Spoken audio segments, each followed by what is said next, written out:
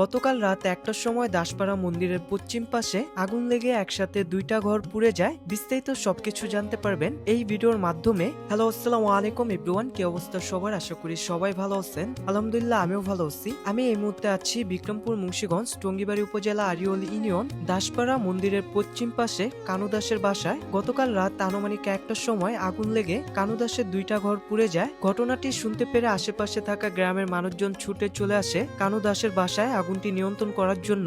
গ্রামবাসীর সহযোগিতায় আগুনটি নিয়ন্ত্রণ করতে তারা সক্ষম হয়। এইখানে বড় দুইটা ঘর ছিল এবং তার পাশাপাশি একটি লার্কির ঘর ছিল। ঘরের মধ্যে ছিল ফ্রিজ, গ্যাসের চুলা, গ্যাসের বোতল এবং ঘরের মধ্যে অনেক জিনিসপত্র ছিল। সবকিছু পুড়ে ছাই হয়ে গিয়েছে। গ্যাসের বোতলে গ্যাস কম থাকার কারণে যার কারণে বোতলটি ফাটেনি। যদি বোতলটি ফাটতো তাহলে হয়তোবা এর থেকে আরো বড় কোনো দুর্ঘটনা ঘটতে পারত।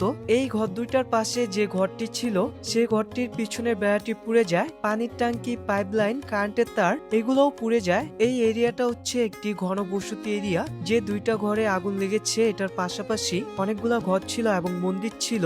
এলাকাবাসী নির্দিষ্ট সময়ে এসে আগুনটি নিয়ন্ত্রণ করার কারণে বাকি যে ঘরগুলো আছে সেগুলো এখন সুরক্ষিত রয়েছে। আগুনটি যখন নিয়ন্ত্রণ করা হয় তখন ফায়ার সার্ভিসের লোক আসে আগুনটি নিয়ন্ত্রণ করার জন্য। এই জায়গার রাস্তাঘাট ওরকম উন্নত না হওয়ার কারণে যার কারণে ফায়ার সার্ভিসের লোকের আসতে অনেক দেরি হয়ে যায়। বাসার মানুষজন এবং এলাকাবাসীর কাছ থেকে জানা যায় আগুনটি কিভাবে লেগেছে তারা মূলত বলতে পারে না।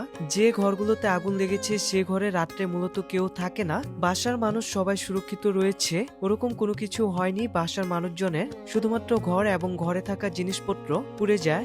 যার হারায় সে জানে হারানোর কষ্টটা কি। আমরা হয়তোবা তার জন্য কোনো কিছু করতে পারবো না, কিন্তু আমরা সবাই তার জন্য দোয়া করব। তার যেটা ক্ষতি হয়েছে সৃষ্টিকর্তা যেন এটার মাধ্যমে তাকে ভালো কিছু উপহার দেন। আজকের ভিডিওটি এই পর্যন্তই ছিল। সবাই শেয়ার করে দিবেন, অন্যদের দেখার সুযোগ করে দিবেন। সবাই ভালো থাকবেন, সুস্থ থাকবেন। ইনশাল্লাহ আপনাদের সাথে পরবর্তী ভিডিওতে দেখা হবে। আল্লাহ হাফেজ।